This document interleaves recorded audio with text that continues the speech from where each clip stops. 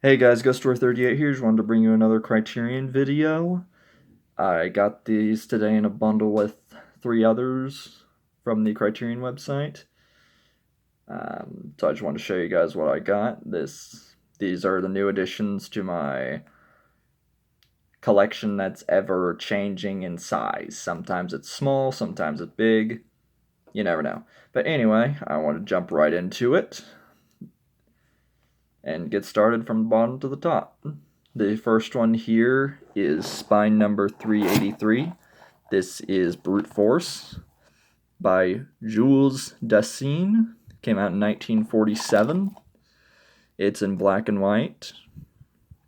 As hard-hitting as its title, Brute Force was the first of Jules Dassin's forays into the crime genre, a prison melodrama that also takes a critical look at American society. Burt Lancaster, you'll know his name from The Killers from the 30s, is the time-worn Joe Collins, who, along with his fellow inmates, live under the heavy thumb of the sadistic power-tripping guard, Captain Munsey, a riveting... Those fellow inmates live under the heavy thumb of the sadistic power-tripping guard, Captain Munsey, a riveting Hume Cron? Only Collins' dreams of escape keep him going, but how can he possibly bust out of Munsey's chains? Matter of fact and ferocious, Brute Force builds an explosive climax that shows the lengths men will go when fighting for their freedom. Audio commentary by film noir specialists Elaine Silver and James Ursini. An interview with Paul Mason, editor of Captured by the Media, Prison Discourse and Popular Media, Stills and Gallery. Essay by Michael Atkinson, a film critic, a 1947 profile on the director, and rare correspondence between Hellinger and production code administrator Joseph Breen over the film's content. I've never seen this before, but I was interested by reading it, so I wanted to pick this up and add it to my collection.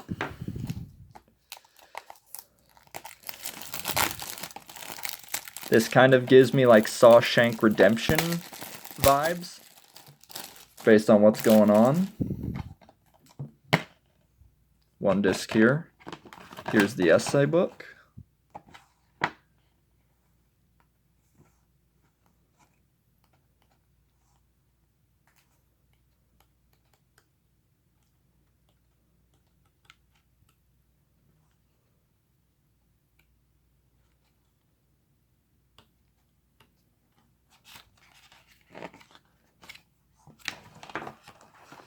Look forward to watching this. Anyway, that is Brute Force. This next one here is another Orson Welles film. This is Spine number 288, and this is F for Fake. I have not seen this movie, but I know this is on the Criterion Collection. This next one here, To Be or Not to Be, is on the Criterion Collection, and I want to say, the Criterion Channel, the app. Sorry. This one is, that one is, and I don't know if this one is. I could be wrong. The Criterion Channel app. I saw a little bit of this on the app, but I was interested in what I saw and wanted to pick it up. Plus, I'm a fan of Orson Welles, and I like his work. Trickery, Deceit, Magic. In Orson Welles' freeform documentary F for Fake, the legendary filmmaker and self-described charlatan gleefully engages in central preoccupation of his career, the tenuous line between truth and illusion, art and lies. Beginning with portraits of world-renowned art forger Emile de Horay and his equally devious biographer Clifford Irving, Welles embarks on a dizzying cinematic journey what simultaneously exposes and reveals in fakery and fakers of all stripes, not the least of whom is Welles himself. Charming and inventive, F for Fake is an inspired prank and searching examination of the essential duplicity of cinema. Disc 1 is the film, audio commentary by star and co-writer Oja Kodar and director of photography, introduction by the director himself, extended 9-minute trailer, English subtitles. Disc 2, documentary Orson Welles' one-man band from 1995, an 88-minute documentary about Welles' unfinished projects. Almost True, The Art of Noble Forgery from 97, a 52-minute documentary about the art forger a 60 Minutes interview with Clifford Irving from 2000 about his Howard Hughes autobiography hoax, a 1972 Hughes press conference exposing Irving's hoax, plus an essay. The film came out in 1972, and it's 88 minutes long. I was always a huge Wells fan, so when I saw this, I'm like, ooh, I'm gonna add this to my collection.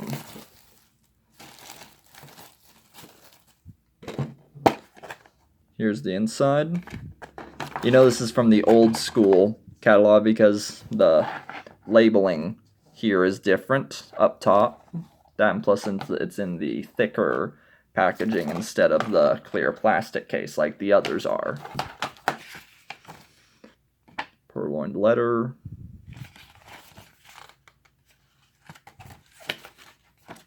Here's the essay on here. F for Fake. To Be or Not to Be. This is with Jack Benny and Carol Lombard by Ernst Lubsich. This came out in 1942. It's 99 minutes long, and it's spine number 670. This is also on the Criterion Channel app. As nervy as it is hilarious, the screwball masterpiece from Ernst Lubsich stars Jack Benny and, in her final screen appearance, Carol Lombard as husband and wife thespians in Nazi-occupied Warsaw who become caught up in a dangerous spy plot. To Be or Not to Be is the Hollywood film of the boldest black humor, which went into production right before the U.S. entered World War II. Lubsich engages in brilliantly balanced political satire, romance, slapstick, and wartime suspense in a comic high-wire act that has never been equal. Disc 1 is a 2K film transfer and audio commentary by film historian David Callett. Disc 2 is Pinkus Shoe Palace, a 1916 German silent short directed by and starring Ernst Lubsich with a new piano score by Donald Sosin. A French documentary on the director's career, 2 episodes of Screen Guild Theater, a radio anthology series Variety starring Jack Benny, Claudette Colbert, and Lubsich, and To Be or Not to Be 1942, an adaptation of the film starring William Powell, Diana Lewis, and Sig Ruman, plus a booklet featuring an essay by critic Jeffrey O'Brien in 1942, New York Times opened by Lubsich himself. I watched this on the Criterion channel, and I really enjoyed it, so I picked up the Blu-ray, but a friend of mine who's really huge into history, as I am, because of the time setting that this takes place in, I gave him my Blu-ray, and I bought this. Despite the fact that I could have picked up the Blu-ray, a large portion of my collection is all DVD, so I had to add this to my collection.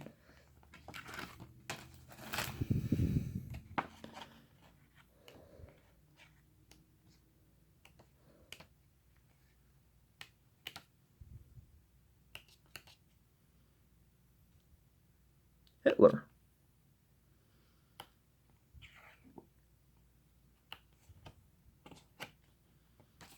And there's that one. And that's the look of my new editions. Not very long, and not very many, unlike the amount I usually have with me. But anyway, that's my video for tonight. I hope you guys like this little look-see. And to be further updated on all things Criterion, be sure to hit that subscribe button and click that bell notification, and be sure to hit those settings to all. And until then, I will see you guys next time with another video, and have a good rest of your evening or morning, wherever you're at in the time zone, and take care, ladies and gentlemen. Peace.